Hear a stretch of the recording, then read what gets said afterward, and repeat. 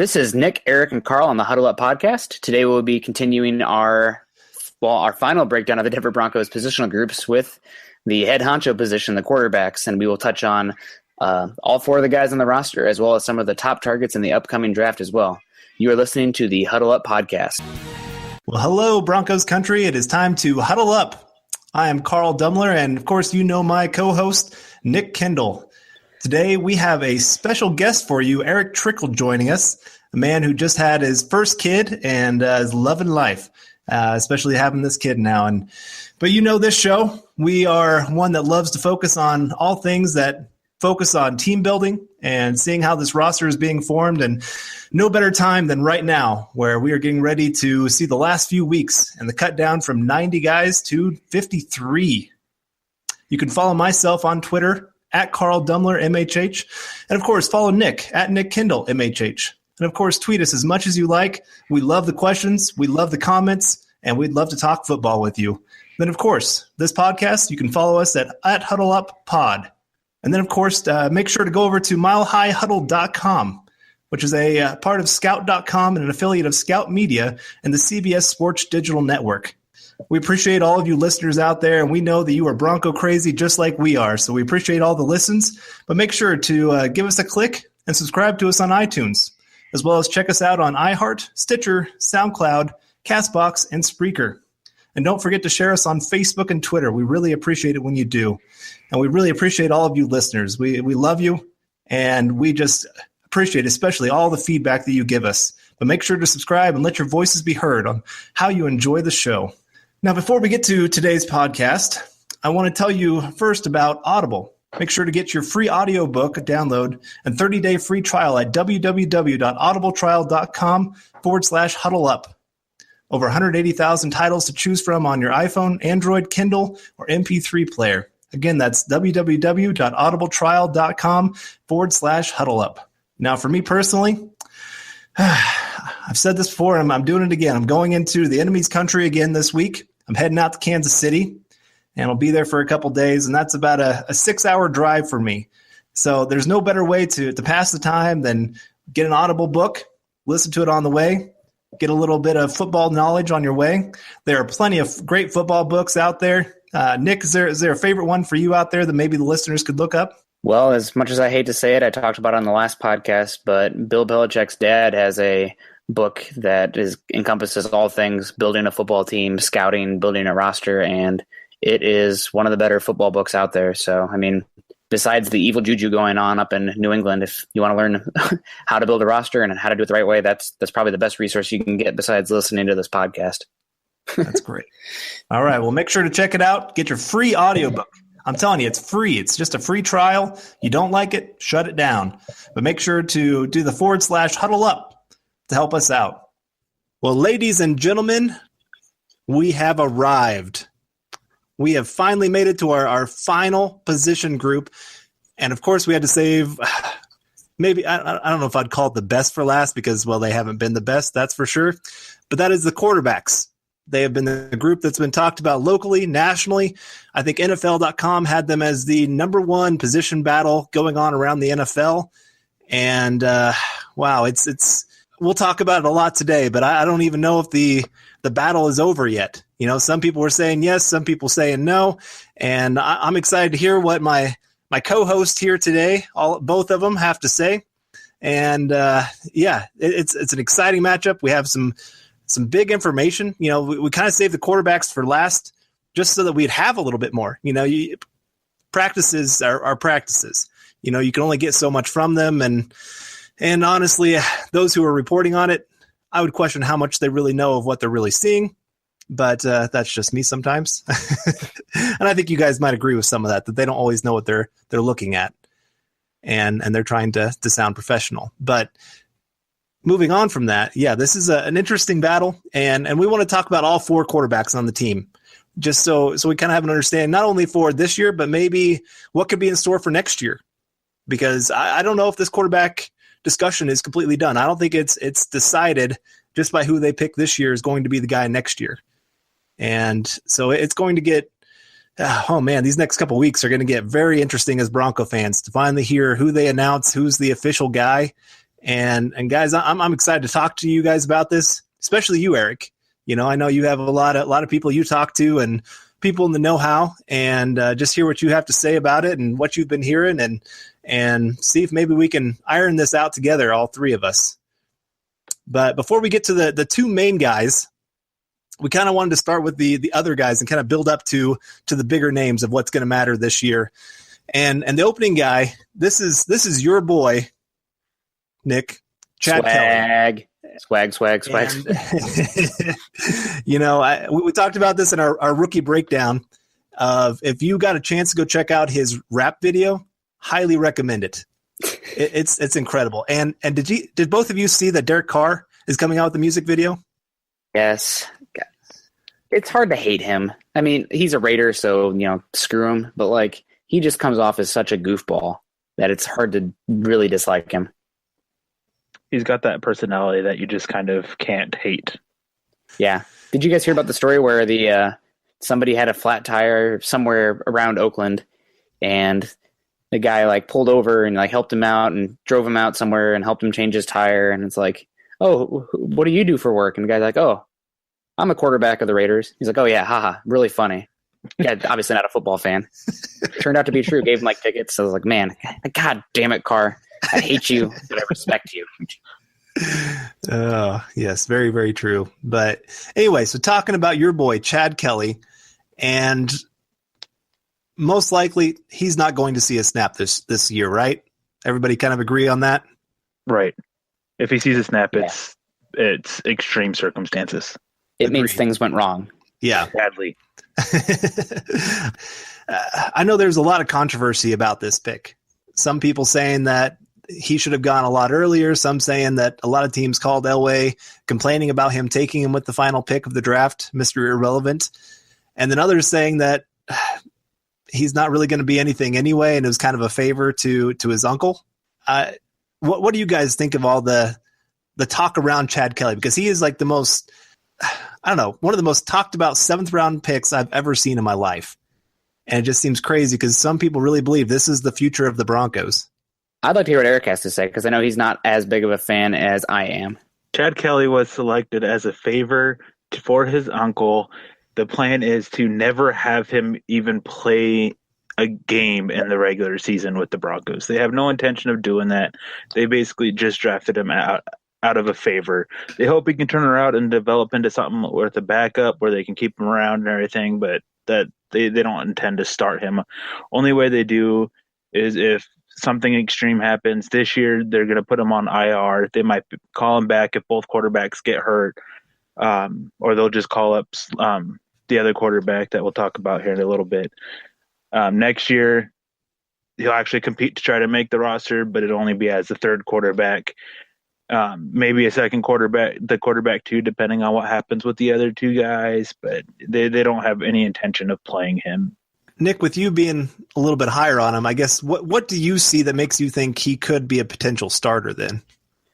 Well, it's going to take a lot of work off the field for that to ever happen. He comes off as somewhat of an entitled jerk. We're going to keep it PG. But, he's had multiple off-the-field issues. Back in October during his bye week, he decided to attend his brother's football game, and he didn't like his brother getting hit late, and he came on the field. I think it was even with his ACL injury, crutches in hand, and also kicked off of the Clemson team for conduct detrimental to the team. I think he had a run-in with Miss South Carolina there, which, come on.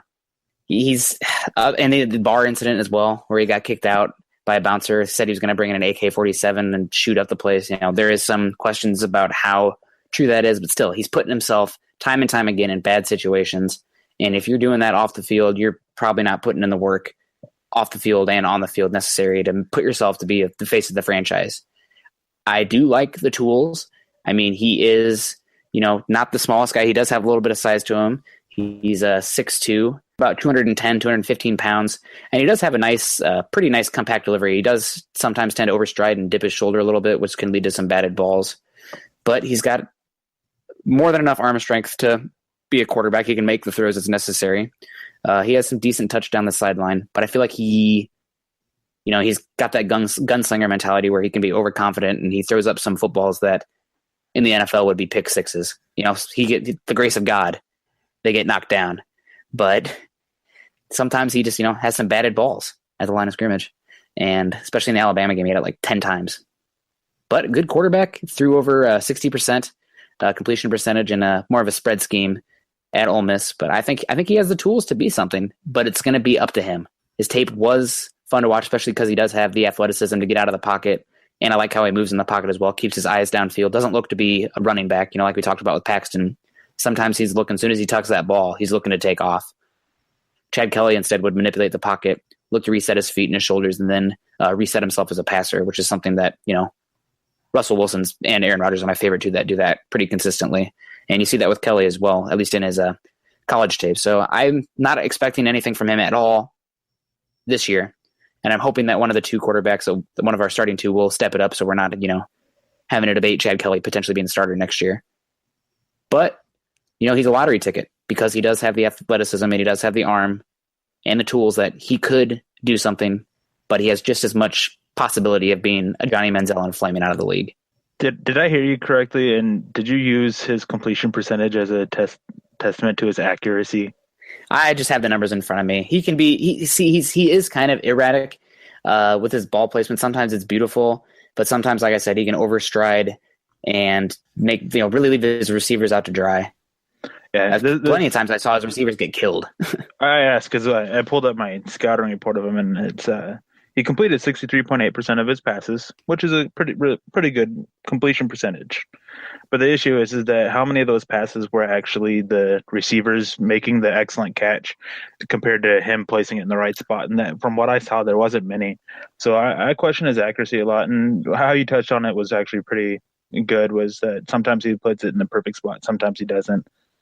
And then I have a little bit more concerns with his arm strength than a lot of other people do, especially when he's throwing deeper downfield.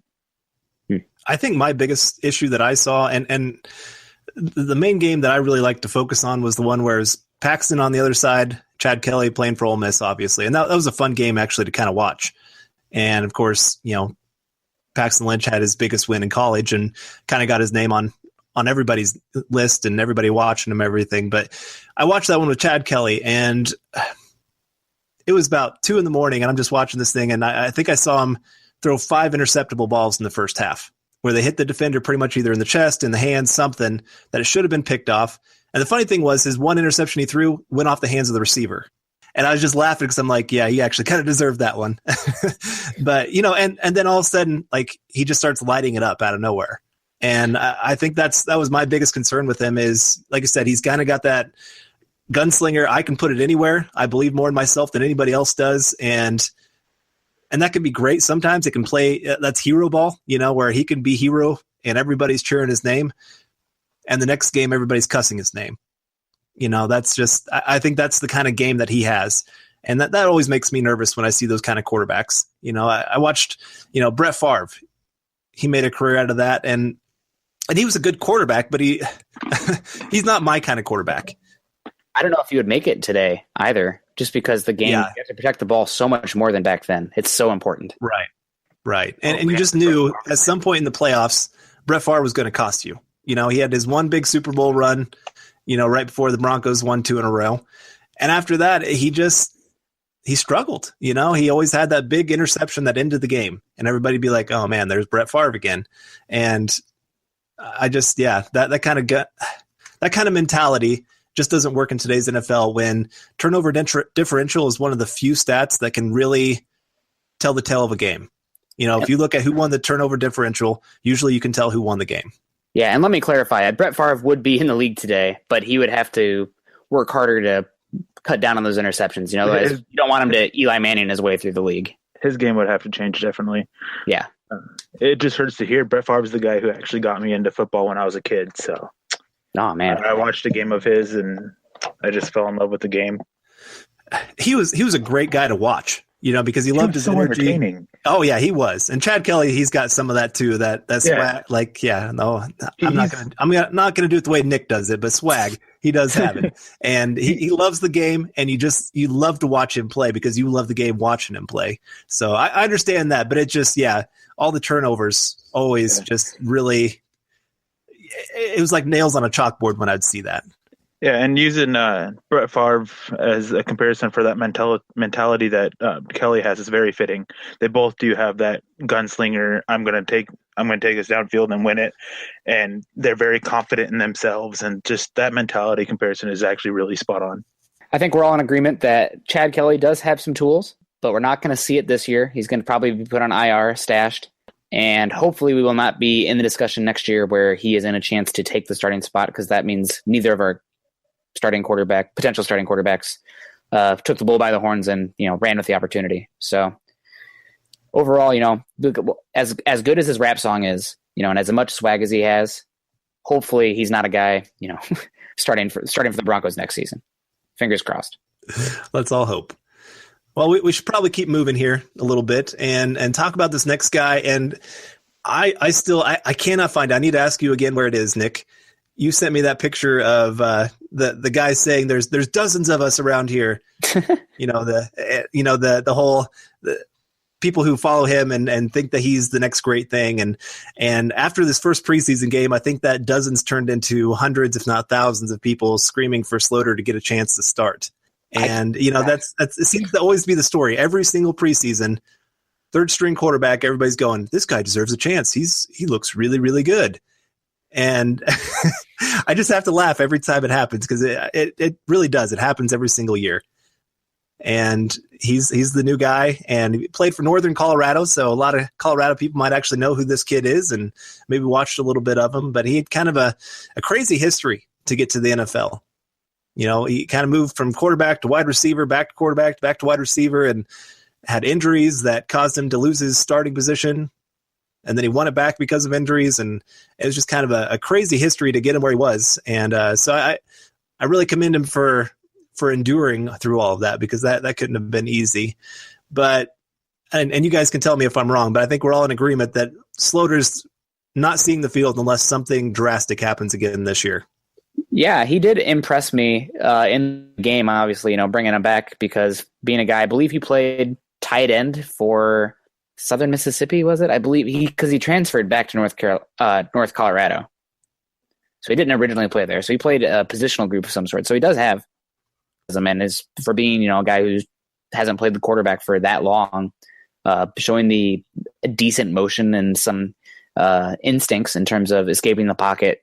And again, like I touched on, looking to be a quarterback instead of a running back when he does use his athleticism. That was impressive to me in that game. That said, if he misses that Isaiah McKenzie pass, where he's probably not on the team anymore, because that was as wide open as you could ever get. And my goodness, during I did the Mile High Huddle quick game, the Insta recap after the Bears game, and every single person was like, wow, you're not giving Sloter any credit. He should be getting the starting. He should be given a chance to start. I'm like, come on, he's playing third string. It's not happening. He's so raw. I mean, from Northern Colorado to the AFC West. But I mean, might as well start talking about the top quarterbacks in next year's draft, because the season will not go well. But that said, we've had Siemian prove a lot of people wrong, and we've had some seventh round guys be before. So if he can even just end up being a good backup quarterback, that's going to be highly valuable for an undrafted guy, because he does have some tools. There are some fun things about him. But calling for him to start, please, come on. We're a few years off of that. No, he was impressive.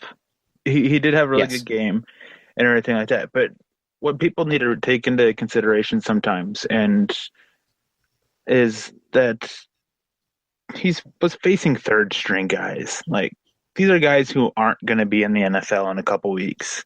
They're going to be guys who are looking for a job elsewhere just to get them through the year. They're not even practice. A lot of them weren't even practice squad candidates for the Bears. And the Bears defense is one that lacks depth. They have a pretty good starting lineup, but their depth is kind of bad. So got to take that into consideration. The throw to McKenzie was a standard throw that any quarterback should have made. The Bears blew the coverage completely. McKenzie got behind him. You got to make that throw, and he did it. There's also, as much as there was a lot to like, there was a few things that actually really bothered me with his game.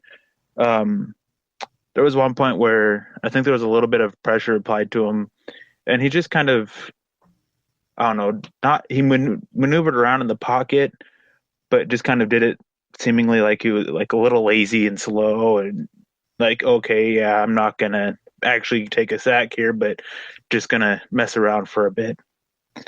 But I like him. I like what he showed. To sit there and go from a third string performance to, okay, he's our starter is a little extreme. Kind of got to take that step back. And then there's a website that they don't help in this situation because they constantly, I won't say their name, but I'm sure everybody will know who I'm talking about. They give out player grades for performances and stuff like that and makes people think how great they were.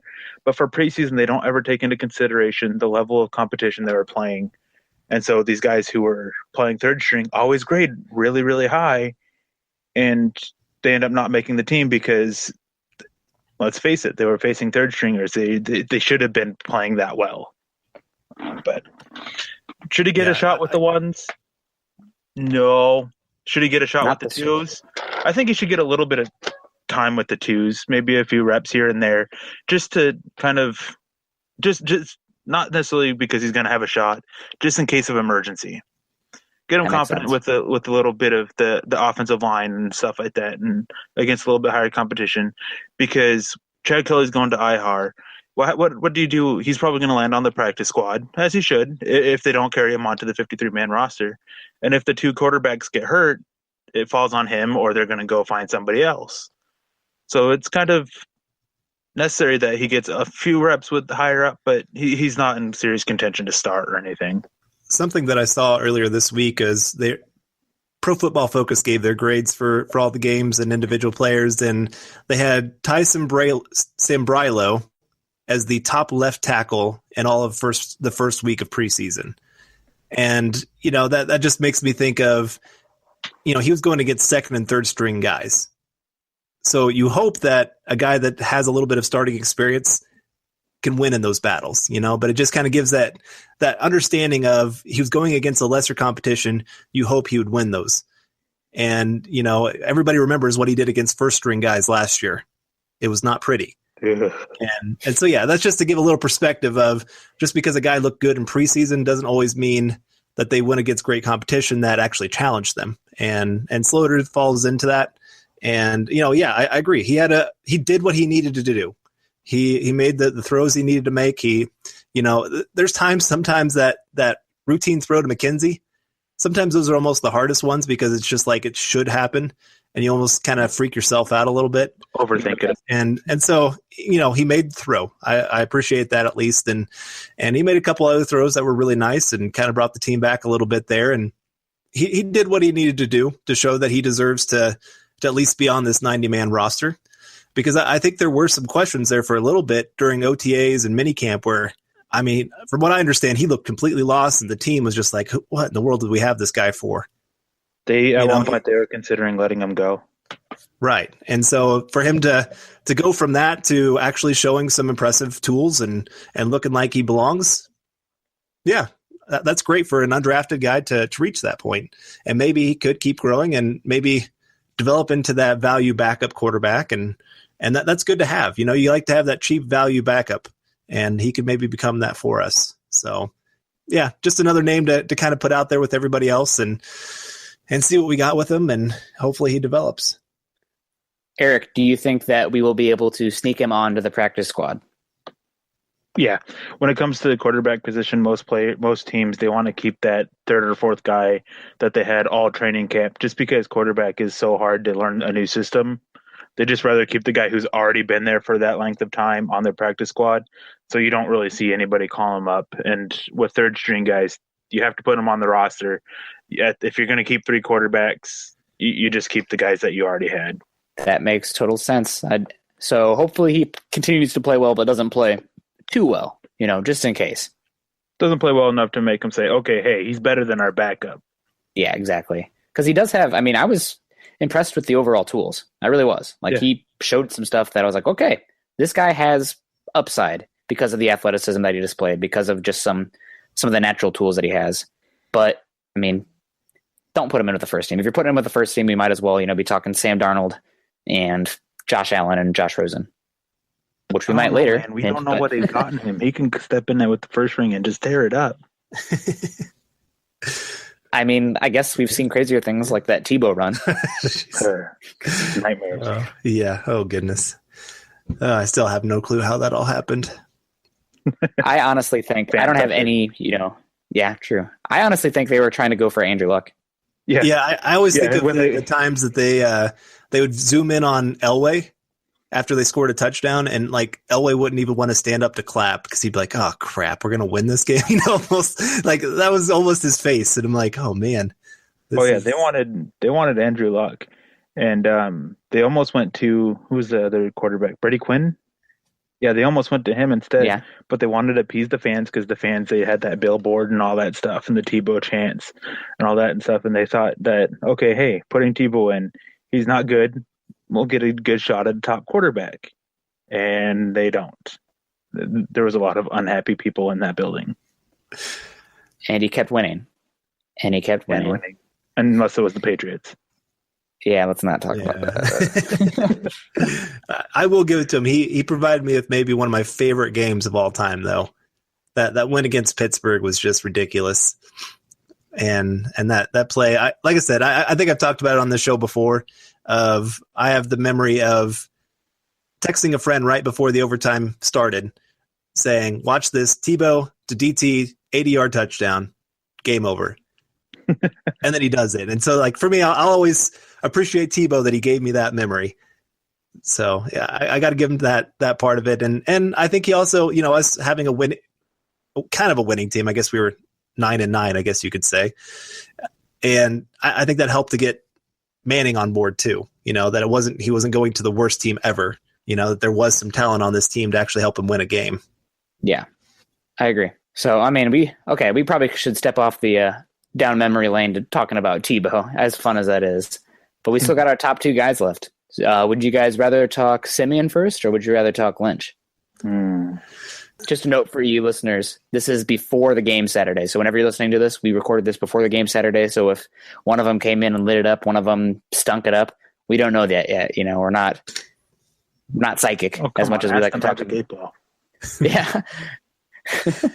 But so I think we should start with Siemian just because Paxton's going to be getting the first team reps this week. Sounds good. That makes sense. Well, I think most of us know kind of the story of Trevor Siemian. He's a 6'3", 220-pound player from Northwestern that was taken in the 7th round. And I think most people kind of know he was Kubiak's guy. Elway kind of threw him a bone and said, Kubiak said, "I want this guy."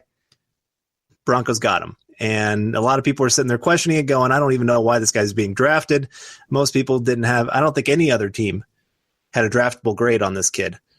But for Kubiak, he saw something in this kid, especially when he played, I'm trying to remember which team he was playing. Notre Dame, that's right.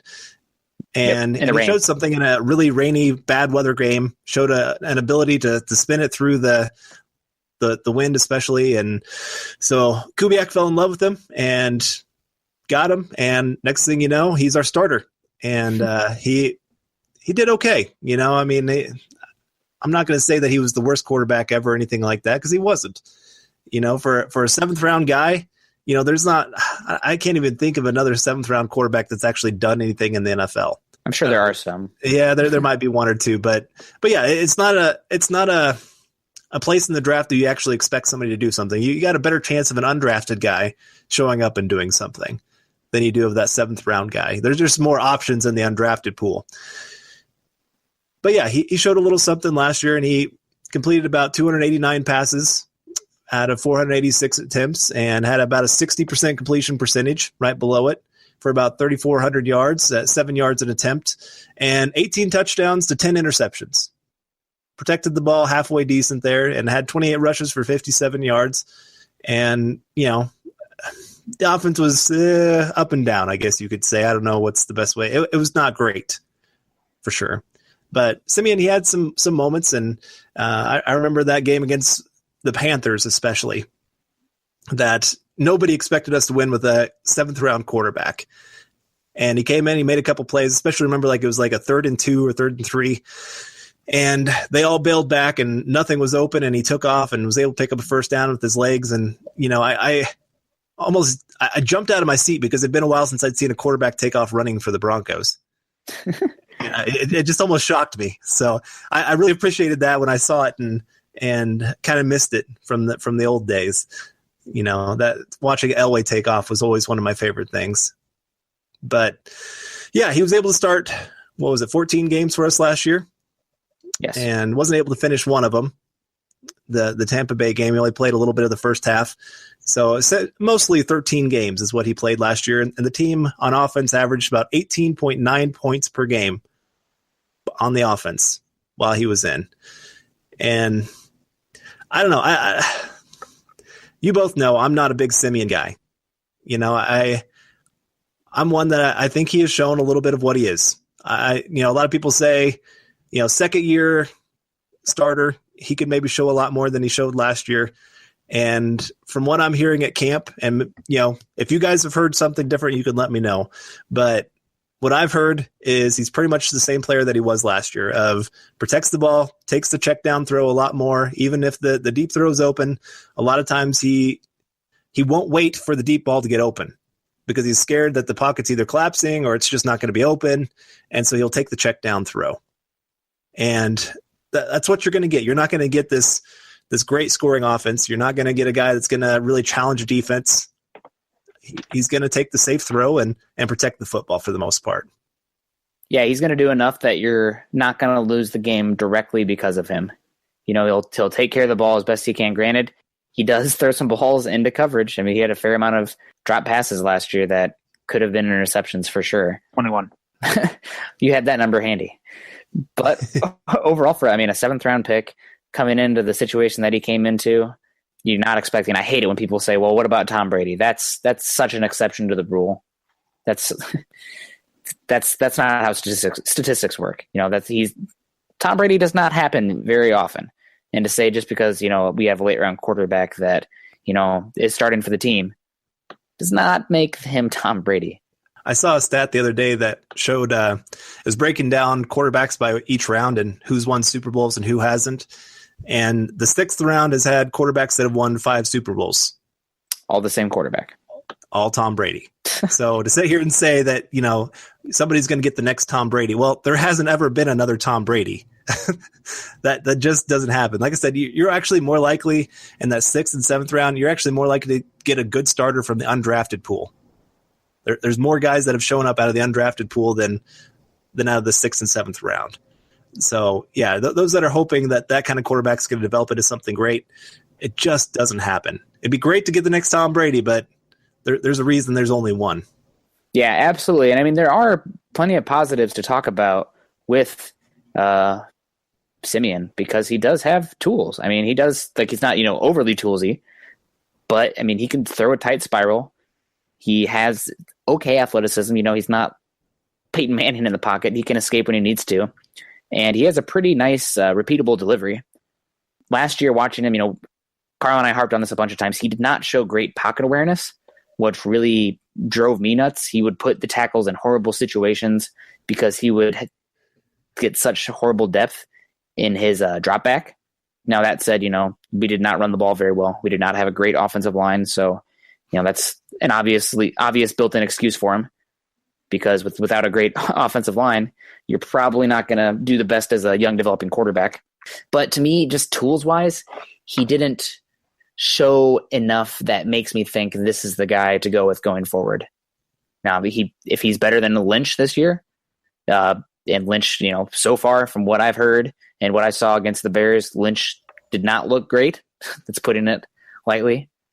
So if we go with him this year, I'm honestly not going to be totally heartbroken in that regard. But I don't see a franchise quarterback. And I know that I'm probably more of a Siemian apologist than either of you guys. Last year, I'll fully admit, I was saying that Siemian should be the starter because what I saw from Lynch was somebody that was not ready to play. And I thought it would be to his detriment if he played because his mechanics were out of whack and the game just seemed to be way too fast for him.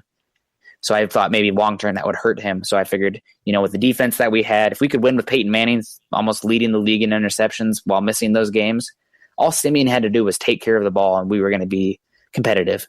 Turned out not to be the case. Yeah, we still were competitive. But we didn't make the playoffs. So, one of these guys has to take the next step. Otherwise, in my opinion, we're back in square one. And I can't see Elway standing idly by with his defense. He will make a move if neither of these guys step up. And I don't think he is a giant fan of Siemian. Thankful that you have a quarterback of his caliber that you took in the 7th round. I mean, like I said, that has huge value to get a guy like that late. But I don't see a franchise quarterback. And not everybody who starts is a franchise quarterback. Alex Smith has been starting for teams for years. He's not a franchise quarterback. Borderline Matt Stafford. That's kind of like that bottom rung. You want that kind of guy. So I just don't see that with Siemian. When I watch him, he kind of does remind me of Brian Hoyer. Overall, he's a decent enough athlete with a decent enough arm strength. Not the biggest guy, but he can do enough that he can keep you in most games, especially if you have a good team around him. But I think he'll probably end up, playing for 4 or 5 teams when it's all said and done. Maybe more, because he is good enough to stick around the league. He's smart enough. Players do seem to respond to him. So that is huge. But I just don't see an overall franchise quarterback. Now, that said, you could have asked me last year, or when he was drafted, is this guy ever going to get play? I would have said absolutely no way. Heading into the camp last year, it was a 7th round pick. There's no way. They'll probably give it to Sanchez or Paxton. I'm always open to change my mind based on new tape and new information. I'm not a closed book. You have to be malleable and be able to change your opinion based on new information. But right now, worst case scenario, we're in the same situation next year, and we're still wondering who the quarterback is. Nick, yeah, I agree with you on that. Trevor has value. That's something we have to get up front with this, that he is one of those guys, he really could last 10, 12, 14 years in this league. And teams will find great value in him. If Mike Glennon can get paid $15 million a year to go play, Trevor Siemian can go get some money as well. I mean, like I said, there's teams that value a quarterback like him. There's going to be teams that want that kind of transition quarterback, maybe as they're trying to find their guy, or kind of like where the Broncos are at, where they're trying to get Paxton Lynch ready. Because there's not a lot of college quarterbacks that are ready day one. A lot of the guys that came in this year, I think most of them were saying these guys are not ready day one to be the starter. And from what I'm understanding, it sounds like Osweiler is probably going to start for the Browns. I don't know about the Texans. I haven't really heard, I guess, much of where they're kind of going. Savage. This is where all signs are pointing at Savage. Are they? Okay, good. And then, we just saw him this last week, Trubisky. A lot of people were talking him up. I don't know. Again, he was going against third string, and people have to kind of keep that in mind when he has a great day out there. And so sometimes you need that kind of transition guy that kind of keeps the team afloat and keeps things going. And Siemian can be that kind of quarterback, and maybe even a little bit better than that. He can get better. He can improve on some things. And there are a lot of coaches out there that love his style of play. Of quarterback coaches out there, there are guys. I mean, this is where Kubiak, he wanted him to start, and this was part of the kind of tension between Elway and Kubiak this last year was, Elway wanted Lynch to get a little bit more playing time, and Kubiak wanted his guy to be out there. And so, yeah, he's a well-respected guy, especially by coaches and by a lot of coaches out there. And so, I don't want to dog on him. I mean, even though I'm not a big Siemian fan, there's things about his game that I really appreciate, and I respect a lot of, especially last year, how he held in there with all of his injuries. I can't say enough of his toughness to go out there with, pretty much a broken down shoulder, still taking hits and still trying to make some throws. I don't think that was a smart decision by the team to keep him out there like that when he was not obviously 100%. But for him to still go out there and compete with his teammates, I think that shows a lot of his character.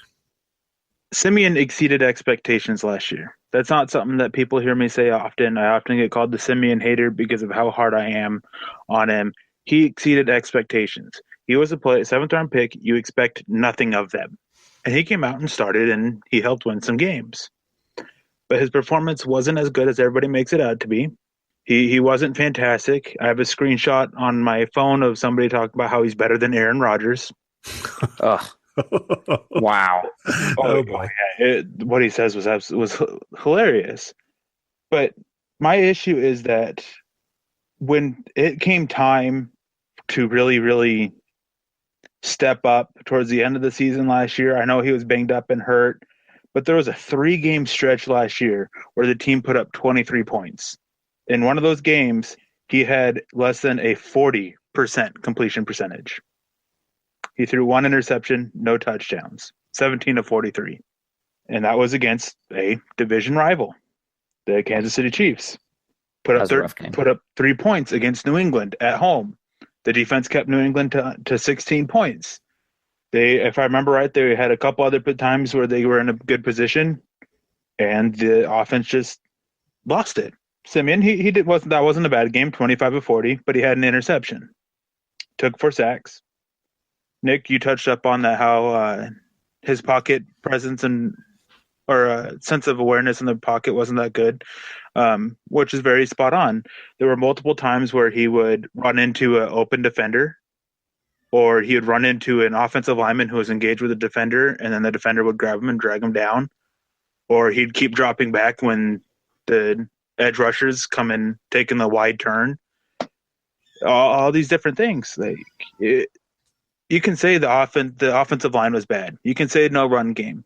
But some blame has to go on Siemian here. He's tough. He plays it a little bit safe, but his decision making wasn't that great. Yeah, he only had 10 interceptions, but he had 21 of them dropped. That led the NFL. 21 dropped interceptions. If those were intercepted, how different would this conversation be? Would Siemian even be on this roster right now? I don't think he would be.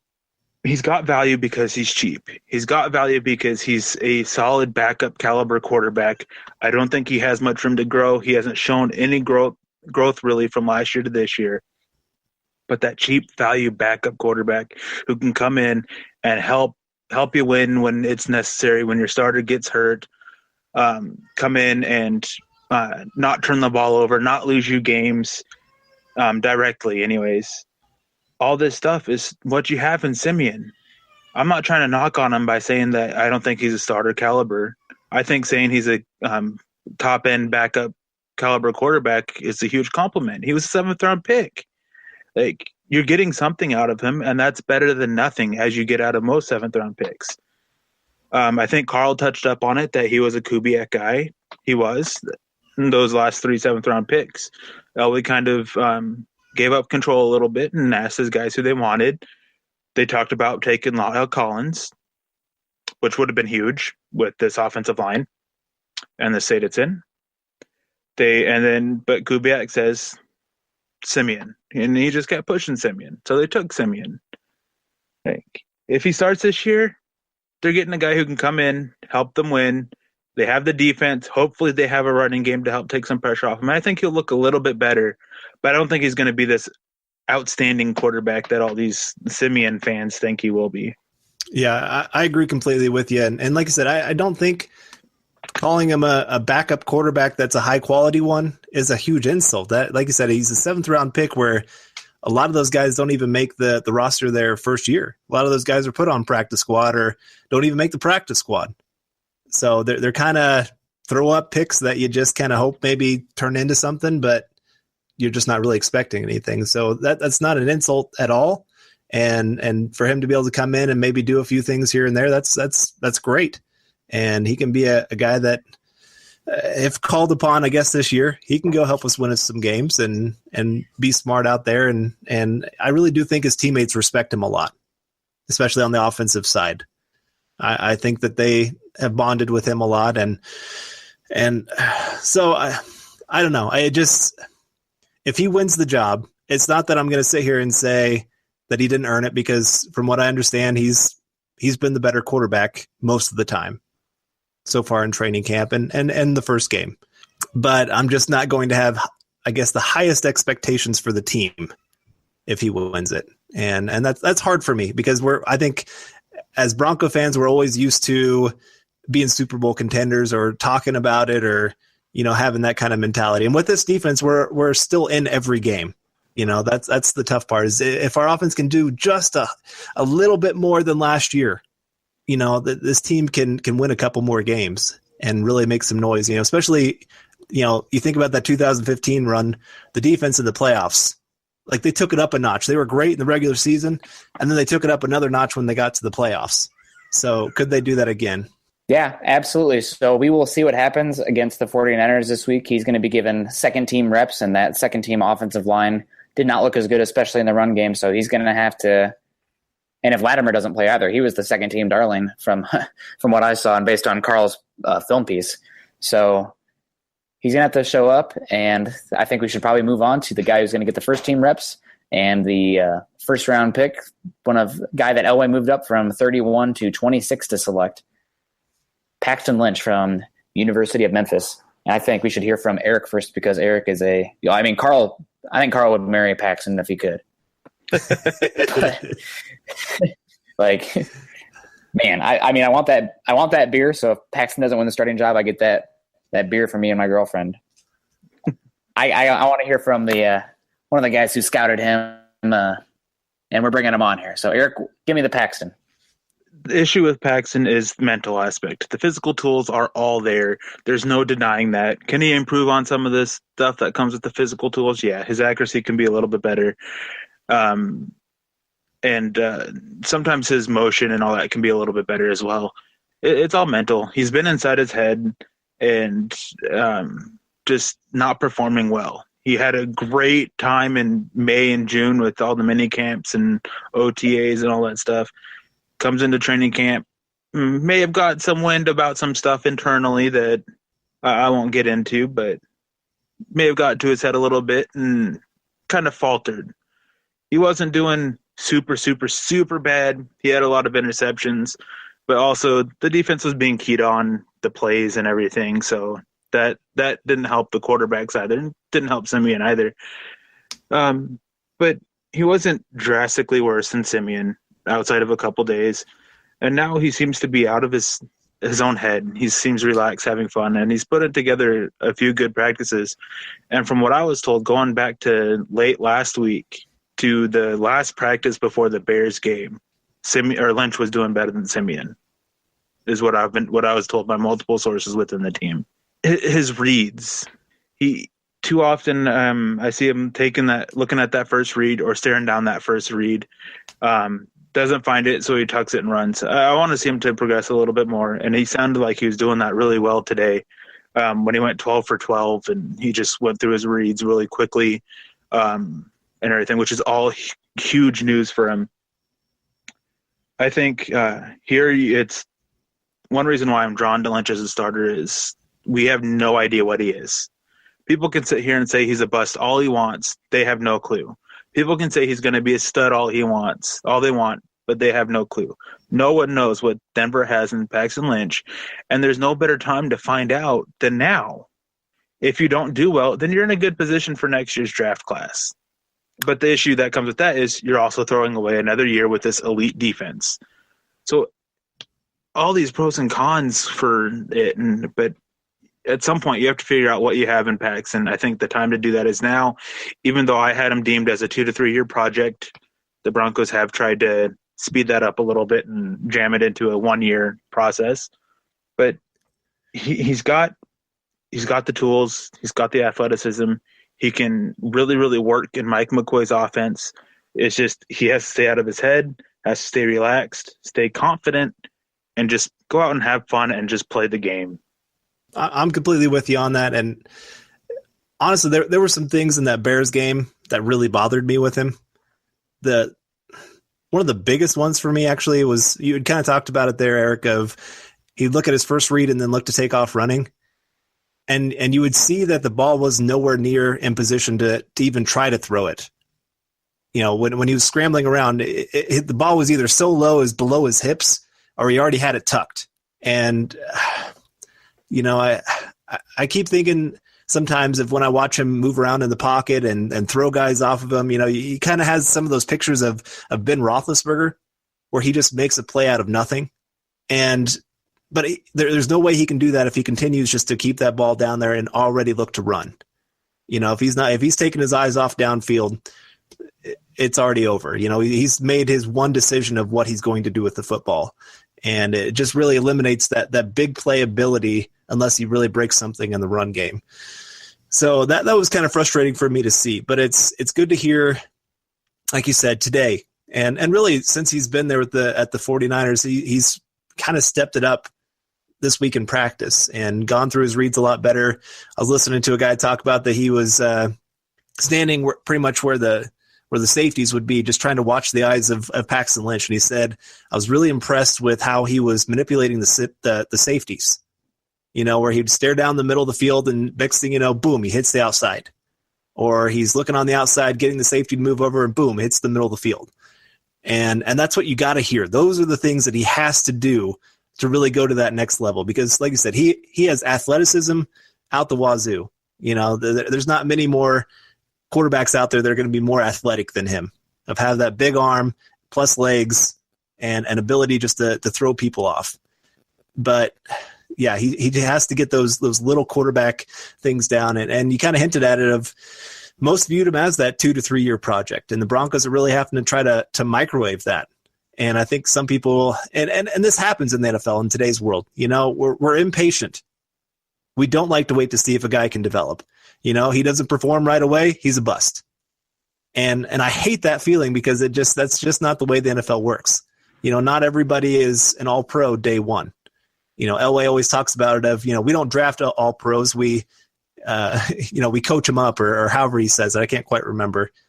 And I see that with Paxton Lynch where he's having to learn the game. He's going to have his really great days, and he's also going to have his days where he completely falls flat on his face.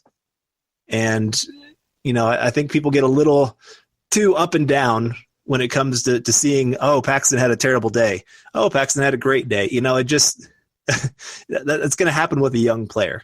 Yeah, absolutely. And I was starting to worry about just the mental aspect of his game, not even on the field, but the pressure of it. He was not responding. I mean, this quarterback battle was laid out and put on a silver platter for him. All he had to do was compete evenly with Siemian, who by all accounts has been steady Eddie all camp, not doing enough to win the job, but still kind of not taking the shots that the coaching staff wanted him to, and going from the first read to the check down on a lot of reps, according to some inside sources that discussed with as well. So yeah, I'm hoping that he looks better this week against the 49ers. He almost looked like he regressed in that game against the Bears. I don't know what it was. Just the wheels were spinning. And as Chad said, deer in headlights. So the penalties obviously hurt him. The Broncos not being able to run the ball with the second string hurt him. And he had a decent drive going there in that third quarter before that 4th and 1, where I believe it was Barber got blown up. He couldn't get that 4th and 1 run down. He has to show it this week, and he has to show it against the 49ers. Apparently, a lot of the offense is ready to go with Siemian this year because Paxton has been so erratic, and some of the defense even as well. But he still has a chance. Elway wants him to be the guy from everything I've heard. And it makes sense. I mean, you can read through Elway's comments. He wants Paxton to take this opportunity, and he's going to have a prime chance to do it on Saturday. 49ers secondary is not very good. They do have a good defensive line, but still the Broncos, they should match up pretty well against them. And all he has to do is go out there and play football, sling the rock, work on those. I mean, he's been working all summer on the fundamentals, his footwork especially, tightening up that motion. And he doesn't even have to win the job for me to be happy. I just have to see some progress, because that Bears game for me personally was very disheartening. I was somebody who thought maybe he was a little bit too raw to be a first-round pick, because he's going to take 2-3 years before he's going to see the field. And that game last week just made me wonder if it's going to click for him. Maybe this is the week. He needs to have that fire under him. And today in practice, apparently he went 12 for 12, had like 4 touchdowns or 4 passes over 20 yards, and one of his best days of practice he's ever had as a Bronco. So that gets me stoked. I mean, how much more exciting will the season be with the first round athletic quarterback with a cannon? As a fan, I mean, that's the reason people wanted to see Tebow. It was more exciting. So you got that going with Lynch as well as just a spectacle. And he has the tools. I mean, he does have an over-the-top motion, a little long. He does have really long arms for even that 6'7" frame. He's got long arms. And his footwork, not always the best. And sometimes, he looks more comfortable throwing the bubble screen, because that's what he did at Memphis, rather than, throwing intermediate routes and out, a hitch, a post, all those guys that are much more complex. But it's his opportunity to take. All he has to do is take it. So I'm really looking forward to Saturday, especially after, apparently he had a great week at camp, and he's supposed to be a gamer, and this is his chance. So go get it. Yeah, this is about his last chance too. I saw one thing I wanted to say on it is cracked me up. I was looking through Twitter and I saw somebody claim that Paxton Lynch was a reach in the first round. I just want to touch up on this. Paxton Lynch, while it may be to some fans that he was a reach, to NFL teams, he was not. There were 8, 9, or 10 teams looking to trade up, not counting Denver, to get Lynch. Everybody knows Dallas, but there were many others. They loved Lynch. They loved what he was. They knew he was a project, and they wanted him. He wasn't a reach in the first round. I'm sorry, but he wasn't. Yeah, you could not be a reach and still not really want the pick, though. I wanted Dak, and we both wanted Chris Jones. Oh, yeah. That makes me sad. Yeah. I know. Sorry, guys. We got my guy. So my question is, what does a good game look like for him, I guess, this Saturday? What will it take for him to win it? Good number of completions. Like, at least, obviously 60% is about the cutoff. You don't really want below that. You want, playing a quarter and a half? Yep. You want to see a decent amount of yards. Like, it's hard to really judge on that because you don't know how much they're going to run. You want to see at least a touchdown drive, at least one. No interceptions, no fumbles, no sacks. Even though sacks are more of the offensive line, you want to see no sacks because it means that he's either getting rid of the ball quick enough, or he's maneuvering the pocket to where he can throw the ball away or get a completion without taking the sack. Nick, anything you disagree with that? I want to see him just go be Paxton. He's going to have to show that he can take some snaps under center, but with McCoy, it's not as big of a deal. But the thing that makes Paxton for me is that he does have some backyard football to him. And with, so many big plays coming from, again, I touched on the Aaron Rodgers and the Russell Wilson type where, you get out the pocket and you look to extend plays and see what you can do in a broken play. That backyard football can create some of that juice that we've been talking about all off season. And I want to see a few plays where he gets out there, maybe makes something incredible happen. We need to see some wild throws, and he has the ability to do that. So I want him obviously to play within the structure of the offense, but you also have to be able to break it sometimes and make some magic happen. And I think he can do that. Yeah. And you also want to see him be confident and lead. And in the Bears game, it seemed he just kind of took a backdrop kind of thing and just stood in the background, didn't really lead the second unit offense, and kind of want to see him step up. If the run play's not working, talk to them. Like, take that leadership role. That's been one big thing that I keep hearing that he's not showing is that leadership. Like, it's time for him to step up and do it. And I want to see him start taking those steps. I really liked today, at least from what I heard, there was a big fight that broke out, and Paxton Lynch was the guy that kind of got in the middle of both teams and separated them.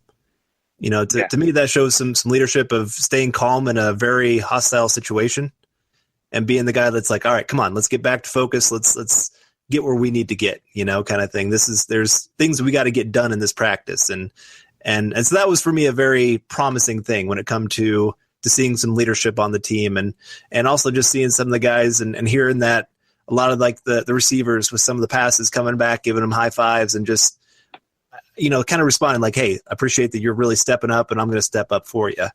And so, yeah, we'll just have to see if that actually translates then to Saturday. That's always the big thing is it's great to hear of a great practice, but if he goes and lays an egg in the game, it's kind of like, well, oh, well, it was, another inconsistent performance there by Paxton. So it's, he's got the opportunity.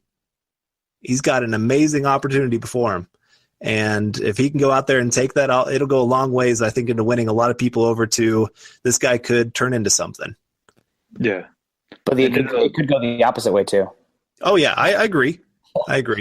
So I guess here's my final question, I guess, when it comes to Paxton is, let's say he doesn't have a great game on Saturday. Is this his last opportunity with the Broncos? Like, would they think about moving on from him after this season? because there's looks like a great quarterback class coming up this next year. And, Elway's not one that's always great at showing patience. He's kind of we're going to win from now on. We're going to keep winning. We're not going to have these down years and just hope that we eventually land somebody, kind of thing. So do we go into next year with that same kind of question of Paxton Lynch being our guy, or is it time to move on? I think that if Siemian does win this job, he is going to have a short leash. And with that being the case, I don't see the team being good enough around him or Siemian himself being, taking that next step, at least from what I've seen so far and heard so far, that I think we'd probably still see Paxton at some point this season. If the team is struggling or out of the playoffs, or just the offense, even if it's not totally Siemian's fault, if the offense is struggling or, we're just losing games. If they need a spark.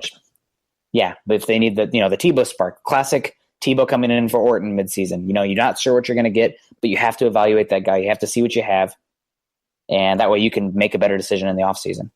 So I think that even if Paxton doesn't win this gig, if the team falters, he's going to get on the field. Yeah, I don't disagree with that, really. The Lynch, whichever quarterback starts, the leash was going to be really, really short. I think the worst thing would be Lynch to get the start and then be benched for anything besides injury.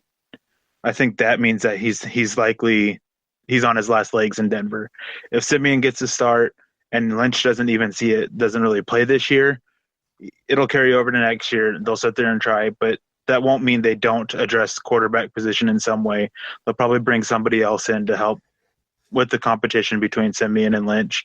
If Siemian's even here, I know this last year, there was a couple times they looked at trading him and talked to a few teams about it, but you never know. They might do the same thing. They might decide, okay, enough is enough with Lynch and try to trade him. But I don't think they will. I think at the very least, if he doesn't get it, the leash will be short. And I think he does see snaps sometime this year. And that'll give a much clearer picture for the Broncos in this offseason. All right. Well, we have spent probably too much time talking on the quarterback position.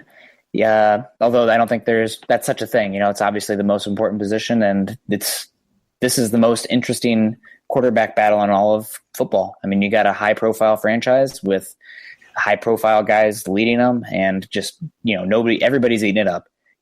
We have a quarterback scoreboard that I've seen with different media outlets going from day to day. People are eating it up, so we'll see what happens. I think we do have, best case scenario, we have two solid quarterbacks, and hopefully one will rise to the top and be a franchise guy, because that can set up a franchise for a decade.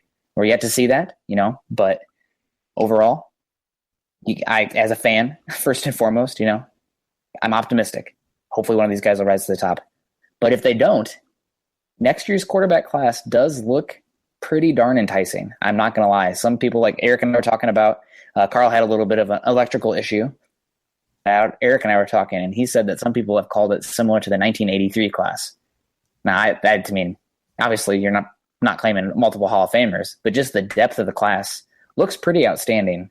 And considering how many of the leading passers last year in college football were either freshmen or sophomores, that's not that surprising. You got a lot of good arms coming up. So first off, I want to go with the guy who many people think will be a New York Jet next year, because that roster is so bad and they're going to take a quarterback. Mr. USC, Sam Darnold, 6'4", 225-pound redshirt sophomore. It's either going to be the Jets or the Jaguars. Both teams are going to go 0-15-1. Their one tie is going to be when they face each other. The Jets do get to play the Bills, who look pretty bad too. Not that bad. Not as bad. Yeah. I saw Tyrod Taylor threw an interception today. Yeah. But no, Sam Darnold, I watched a few of his games this last year, and it was amazing the night and day transformation for USC once he came in. Now, given USC was playing teams like Alabama before he came in, and of course got obliterated in that game, but great arm. He is fearless.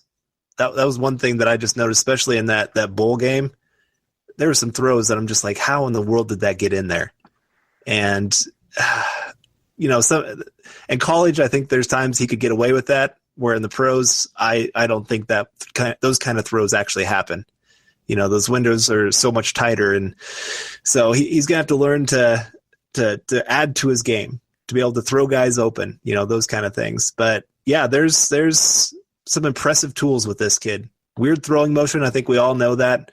Something either he's got to work on, or I guess teams just got to be okay with. I always kind of think of those teams that try to change that throwing motion, it just completely throws off the quarterback. It doesn't usually work when they try to change it too much. And yeah, I don't know. I mean, I think he's set up to be that number one overall quarterback. And honestly, if I'm him and the Jets are the number one pick, I'm going back to college.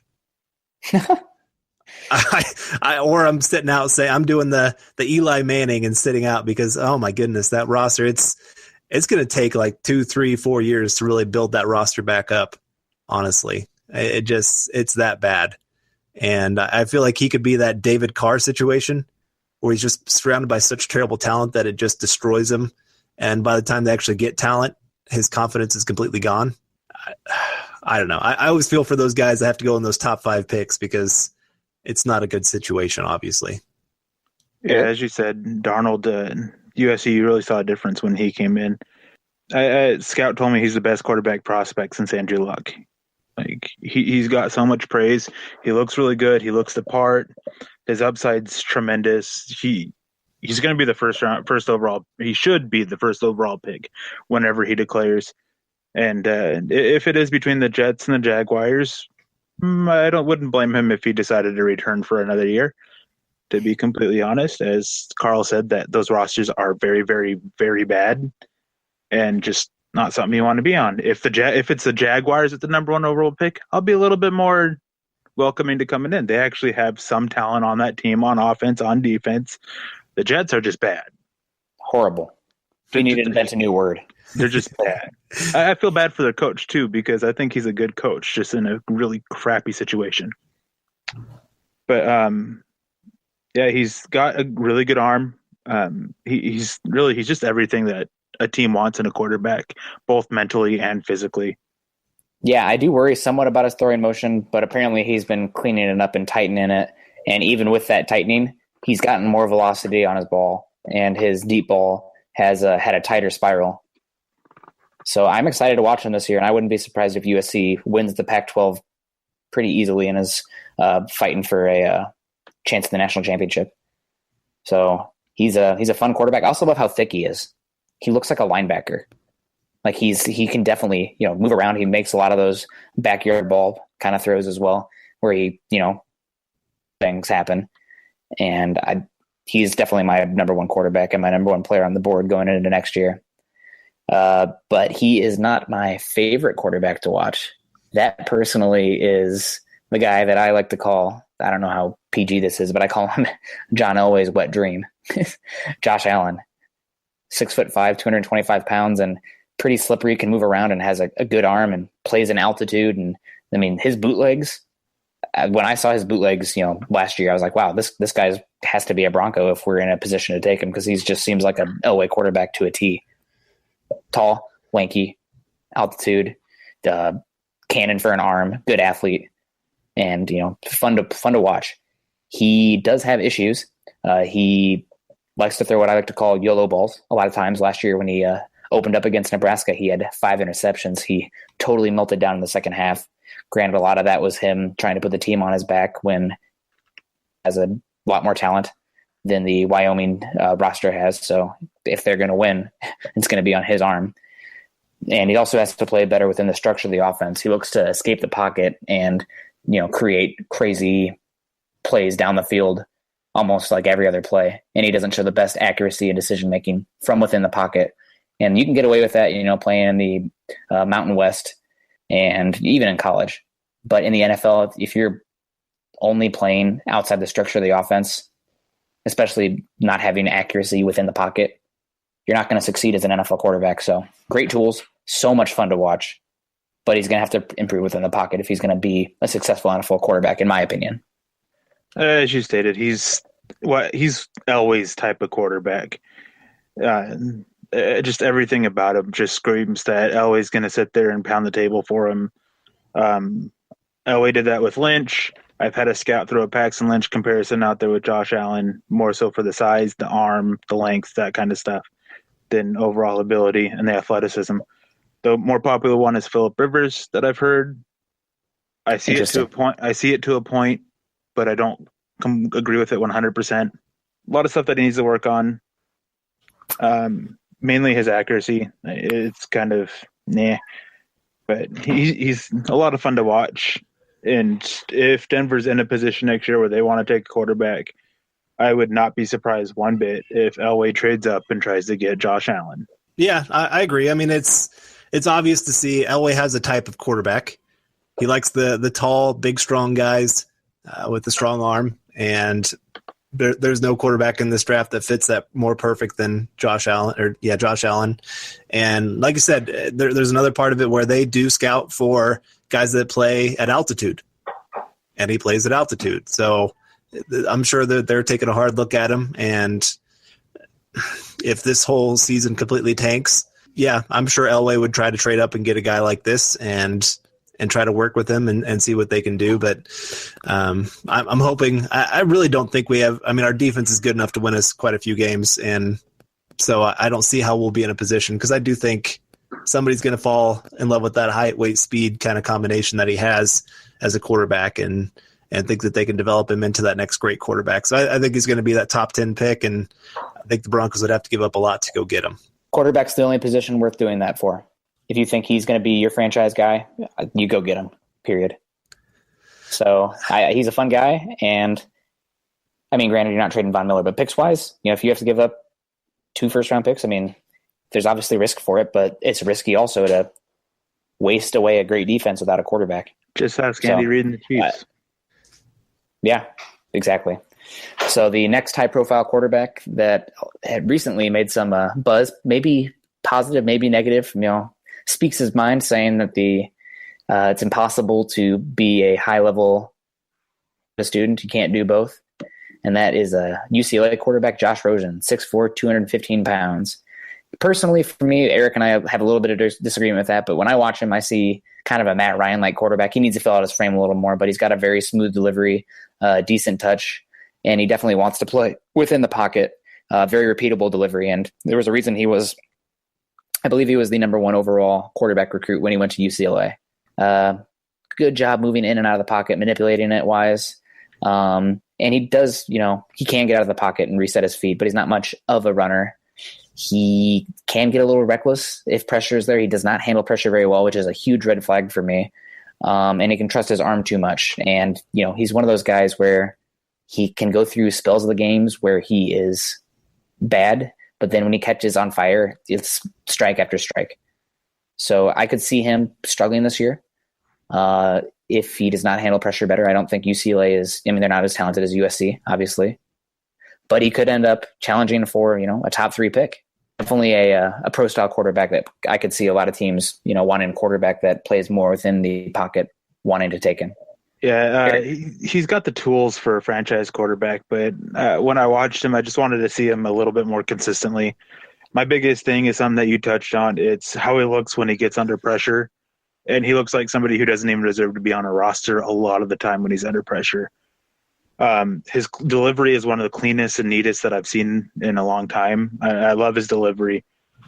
My biggest thing though is stuff that is hard to judge, because it's all stuff that you just hear through the grapevine. I've heard that he's not liked by teammates. He's entitled, holds everybody else accountable, but becomes a complete pain when they try to hold him accountable for his mistakes. Very argumentative, a little bit hard to coach, all these kind of things. And that just doesn't bode well for me, especially at the quarterback position, where even Tom Brady, I can't remember when it was just within the last couple of years, he's talking about how even still he listens to what his coaches have to tell him. He's arguably one of the best quarterbacks, if not the best, to ever play the game, and he's still listening to his coaches and trying to get feedback and still improve. Aaron Rodgers, same thing. Peyton Manning would do the same thing. So if you have that attitude at the quarterback position that you aren't going to take to coaching very well, I have a hard time seeing you be successful. I hope he changes it around. because, as I said, he's got a lot of the tools for a franchise quarterback, and I want to see him turn around so he can actually do something. Yeah, I've heard those same things, Eric, and that definitely concerns me as with any quarterback. They have to be the guys that are willing to listen and learn, because it's a position you don't know everything day one. You really don't. I mean, Manning, how many interceptions did he throw his rookie year? He had to learn from a lot of his mistakes, and the best players are the ones that watch their tape and are willing to take the criticism and grow from that. And I remember, I think it was Von Miller, his rookie year, he got juked out of his shoes pretty much on a play action play, and the coaches took him out from then on when they thought that kind of play was going to come his rookie year. And then they started working with him on it. Okay, here's what you're looking for. This is, the things you're watching for. And of course, he's improved on that. He's done great. And he's become maybe the best defensive player in the NFL. So even Von Miller, a guy that now is, like I said, one of the top probably 10 players in the NFL alone, he had to learn. And if your quarterback's not willing to do that, there's a lot of guys out there that are kind of fall into that. He kind of, when you were describing him, I kept thinking of all the critiques I kept hearing of Connor Cook. Not well liked by his teammates. Wasn't he the one that didn't have a single teammate show up to his birthday party or something? I didn't get an invite. Yeah, I didn't either. But, but yeah, those kind of things that just, you want your quarterback to be the most respected, and they don't have to be liked, but they have to at least be respected. And when they speak, other players listen. And some of that does come with, bringing yourself to those players. Even Manning, I don't know how many times I'd hear stories of him trying to connect with the younger guys. He didn't always do great at it, but they at least respected that he tried, And so, he's not my favorite. He has all the tools that you like, but just got to see him show it a little bit more consistent, and maybe hear some of those, maturity things, I guess, get cleaned up. Sometimes that happens with guys. They just need a little bit of humbling. They just need a moment to grow up. Something clicks for them that makes them all of a sudden snap out of it and become a better player, better person, all those kind of things. Full circle. Chad Kelly. There you go. I was going to say, sounds like you're talking about Chad Kelly a bit. There you go. Yeah. So, yeah, there's some of those guys. They just take a little bit longer to grow up, and maybe he's one of those. So we'll see this year. He's a guy I'll definitely be keeping an eye on, because maybe he is a guy that slips a little bit because of some things, some inconsistencies, and some of those other rumors. And maybe that's the guy that Elway says, hey, this is the guy slipping, because Elway does that. He takes guys that are talented but have slipped because of one reason or another. And he cleans up on that. He's a guy that does well of working through all of the junk that other teams don't want to deal with, and find the guys that have high talent that are top 10 talents. Wow, the light bulb just went off. That makes total sense, Carl. I never even thought of that. Not that it's going to happen, but that makes sense. So hopefully, again, one of our quarterbacks shows to be a franchise guy, and we don't have that option. But I could see Rosen falling because of that. All right, well, we are running a little long because quarterback talk is always a lot of fun, but we should probably touch on a few more of these guys. And Eric, can you give me 3 minutes, Lamar Jackson? Lamar Jackson's probably the most fun to watch out of all these quarterbacks that we've talked about, even the ones currently on the Broncos roster. He's so exciting with what he can do, both with his legs and his arm and just everything. He has shown steady growth. You still want to see more, especially with his work from the pocket. He's Michael Vick to me, and I'm one of the few. I loved watching Michael Vick, the player. As I said with Jackson, he was just so fun and so exciting to watch, and so is Jackson. So dangerous with his legs and just his ability to take off. And I just want to see him do a little bit better from the pocket. And if he does that, he can be a pretty high pick. Yeah, absolutely. And he's got a whip. His arm actually is shockingly good for being a smaller guy. And apparently he's put on weight. That's another big concern of mine with him, is he's just so skinny with how he runs. Is he going to be durable, or is he going to pull an RG3? Yeah. So, but definitely, he wouldn't surprise me at all if he won Heisman again, just because he's going to put up crazy stats. It was like video game stats. You turn everything up to 99 when you're playing old NCAA football and just chuck it down the field and run it, 12 touchdown games. That seemed like Lamar Jackson last year. Carl, would you want to talk about Rudolph or Falk? I will talk about Mason Rudolph. Ooh, okay. Or do you want him? No, go ahead. Like you want him? All you. No, all you. He is a guy that it seems like people are really torn on him. I've seen some people speak really highly of him, and I've seen some people who just don't think he's going to be that franchise guy. And I guess I've seen a little bit of both. I want to see a lot more this year. I haven't watched a whole lot on him, and I want to see him especially when he gets under pressure, because he was one. You have a note here, and I really agree with this, that he had a lot of clean pockets at OSU. And so, that's great to be able to throw it when you have a clean pocket. I mean, you need to be able to do that. You need to be able to show that. But the NFL, how often do you have a clean pocket? You're going to have some of it, but it's still, you got to, the great ones are the ones that can do great with a clean pocket and great with a bunch of junk around them. And you just got to work through that. And so I want to kind of see what he can do with some pressure throws and work through some of that and then work on his deep ball accuracy. There's a lot of guys out there that have made a career out of short and intermediate throws, but if they can hit some of those deep balls, it really causes the defense to have to back off. And so just need to see a little bit more consistency from this guy. That's a lot of these young guys. You said it. When your freshmen and sophomores are some of the best quarterbacks in college football, you're going to have a lot of great games and you're going to have a lot of inconsistent games. I think you noted on Lamar Jackson where he had, what was it, the 5 interception game? That was Josh Allen. Josh Allen. Sorry. Yeah, Josh Allen. And, great quarterback, but he has those kind of games, every once in a while because he's young. He's just learning the game. And that's, it's even that bigger leap to the NFL of having to learn the game. So Mason Rudolph, he's definitely a guy I'm going to keep an eye on because, again, he fits kind of that mold of that tall quarterback, can have a decent arm to throw with. So maybe he's another kind of guy that Elway likes.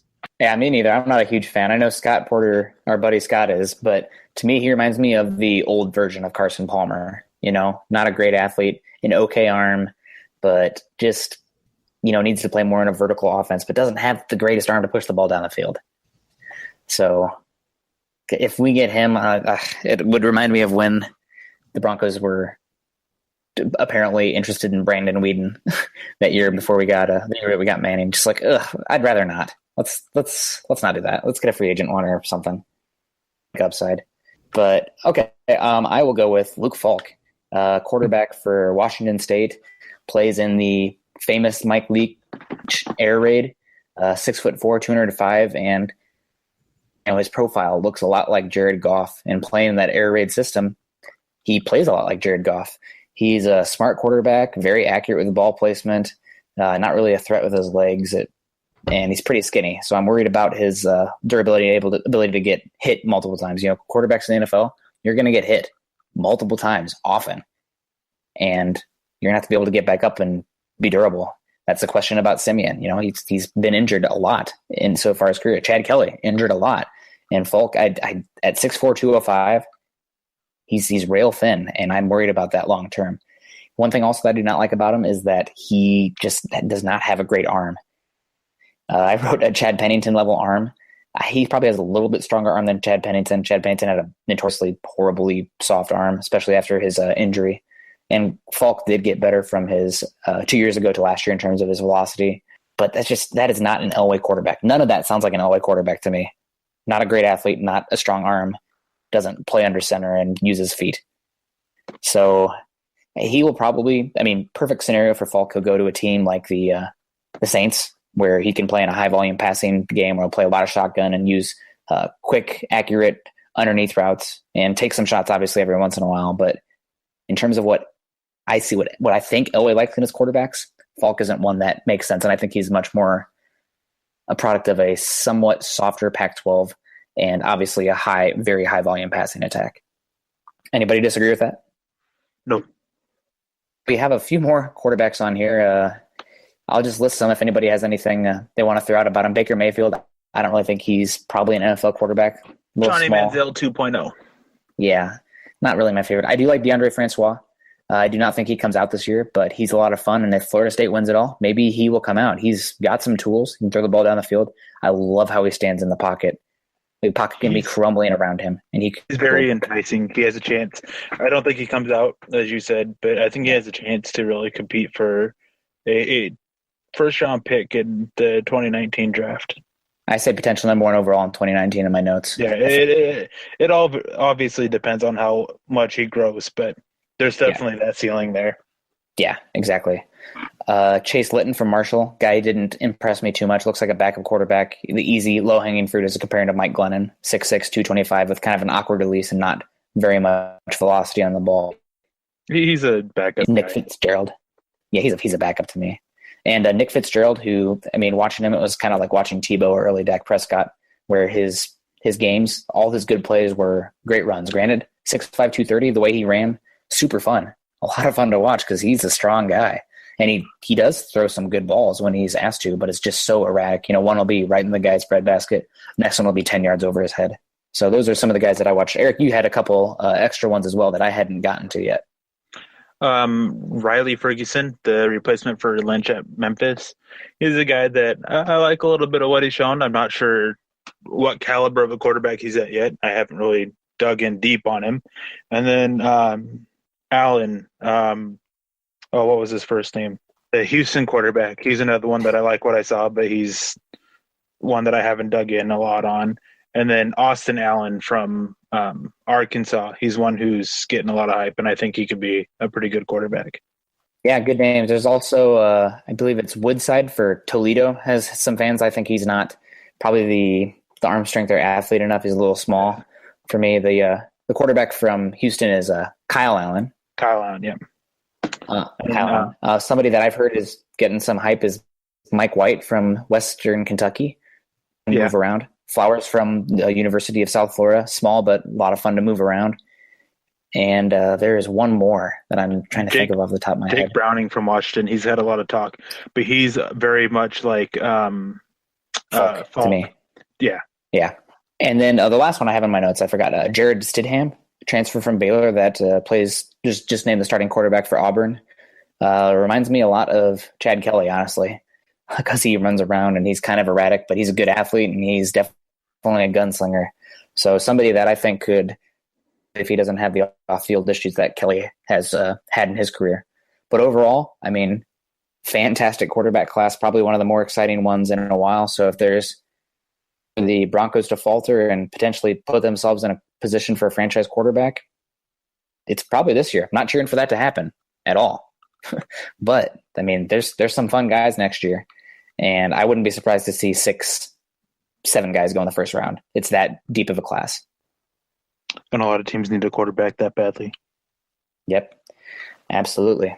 All right, well, that will wrap up the final episode of the Huddle Up Roster Breakdown podcast. Thank you for tuning in, and thank you, Eric, for joining us today. It's a lot of fun to talk with you. I know you've been pretty busy, and you joining us for an extra long podcast today. So much to talk about quarterbacks, but I know you're excited to get some shut-eye because I'm sure that the little one's keeping you up. No, she's gone with her mom right now, so. Oh, peace and quiet. Watch some Rick and Morty or something. No. Preseason is here, so make sure to be listening for our preview and post-view episodes of all the preseason games, and make sure you keep checking back in on Mile High Huddle for all your updates on camp battles and all the Bronco news. You can find Carl on Twitter at Carl Dummler MHH, myself on Twitter at Nick Kendall MHH. Eric, what's your Twitter handle? At Erick Trickel. Nice and easy. EL, not LE. EL, Erick Trickel, the one and only. And you can all find all of our Bronco articles and content on Mile High Huddle. We did a bunch of film articles this week, and I actually released a way too early mock draft. I haven't heard from Eric yet. He's been busy with the kids, so I was expecting to say, like, Nick, you're reaching on that guy, or I don't like that guy, because Eric will let me know. I saw it on Twitter, and I just skimmed right over it. I meant to go back and read it, but I was in a rush and just trying to get a quick update on stuff on Twitter. I'll definitely get. You get a pass for now, but I'm expecting a full report. You can follow the Huddle Up podcast by subscribing on iTunes and for Android users, Stitcher, Spreaker, Castbox, SoundCloud, etc., etc. You can also follow us on Twitter at Mile High Huddle and at Huddle Up Pod. again, please be sure to subscribe and rate us. We love your ratings. They keep us going. We love to hear feedback from you guys. For Carl Dumler, Erick Trickel, I'm Nick Kendall, wrapping up the final episode of the Roster Breakdown and another episode of the Huddle Up Podcast. We hope you enjoyed it, and we will see you next week. Go Broncos. Mile High Huddle.